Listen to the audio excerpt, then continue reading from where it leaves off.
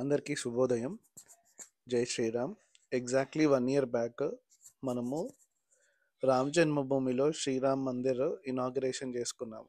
ఇదే రోజు 22 January 2024.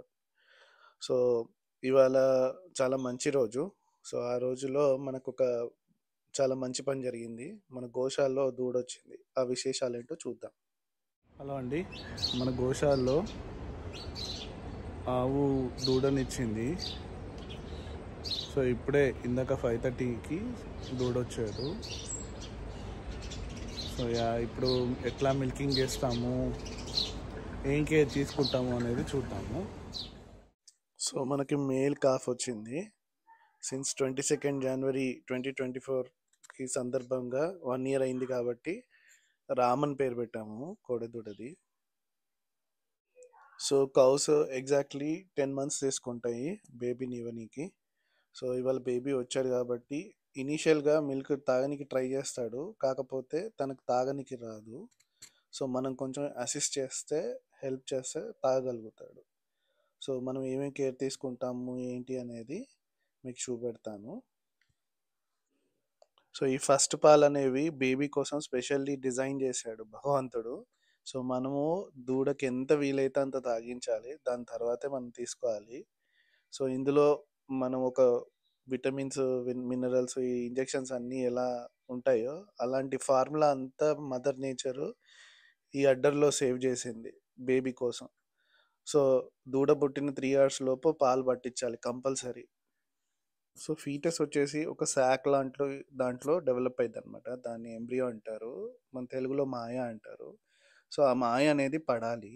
పడితే ఏంటంటే లోపల కౌ స్టమక్ లోపల అంటే మొత్తం క్లీన్ అయిపోద్ది అనమాట. సో అది పడడానికి ఏం చేస్తామంటే మనము కొంచెం గోరువెచ్చని నీళ్ళు తీసేసుకొని ఆ గోరువెచ్చని నీళ్ళల్లో ఒక 200 grams పసుపు, ఒక 1/2 kg బెల్లము, ఈ రెండు వేసి ఆ వాటర్ని కౌకి తాగిపించాలి. సో ఎప్పుడైతే ఈ వాటర్ తాగిద్దో అప్పుడు ఆ లోపల ఉన్న ఎంబ్రియో శాక్ అనేది ఈజీగా బయటకు వస్తుంది. ఎక్కడ బ్రేక్ అవ్వకుండా, ఏమీ ప్రాబ్లం అవ్వకుండా మన ఆవు శాక్ బయటికి వచ్చేస్తుంది.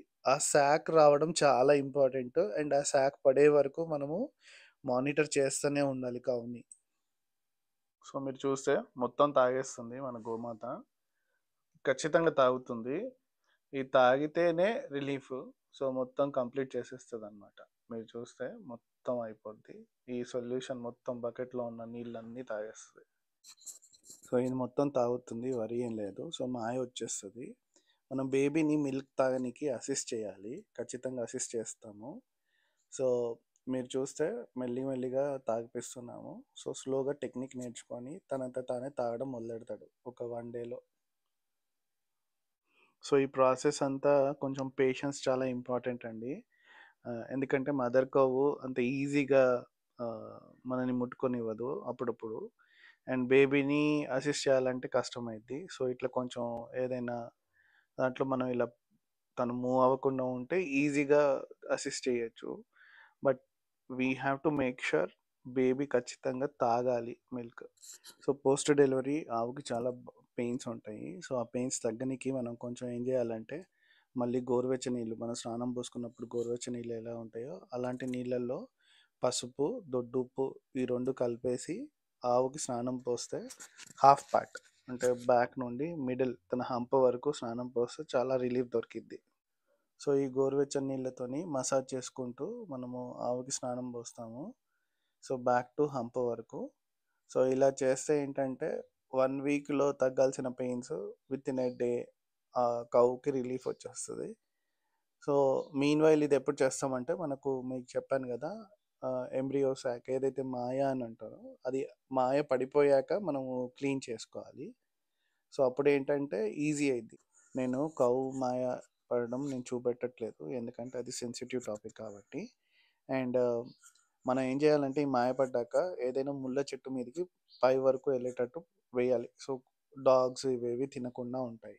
సో ఇంకో కేర్ ఏంటంటే కౌకి ఇలా డెలివరీ అయినప్పుడు మనం ముందరుండి మాయ పడేంత వరకు ఎందుకు ఉండాలి అంటే కౌ దాన్ని తినకుండా, ఇంకోటి ఏంటంటే డాగ్స్ అవి ఇవి ఏవి వచ్చి తినకుండా, అలా కనుక అయితే మనకి మిల్క్ రాదు.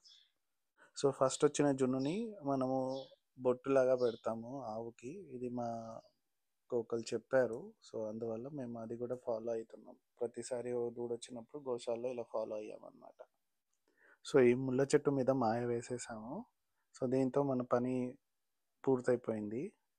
సో, మీరు చూస్తే మన కౌ రిలీఫ్ అయిపోయింది. సో, ఇదండి ఎండ్ టు ఎండ్ డెలివరీ తర్వాత ఎలా చేయాలి అనేది.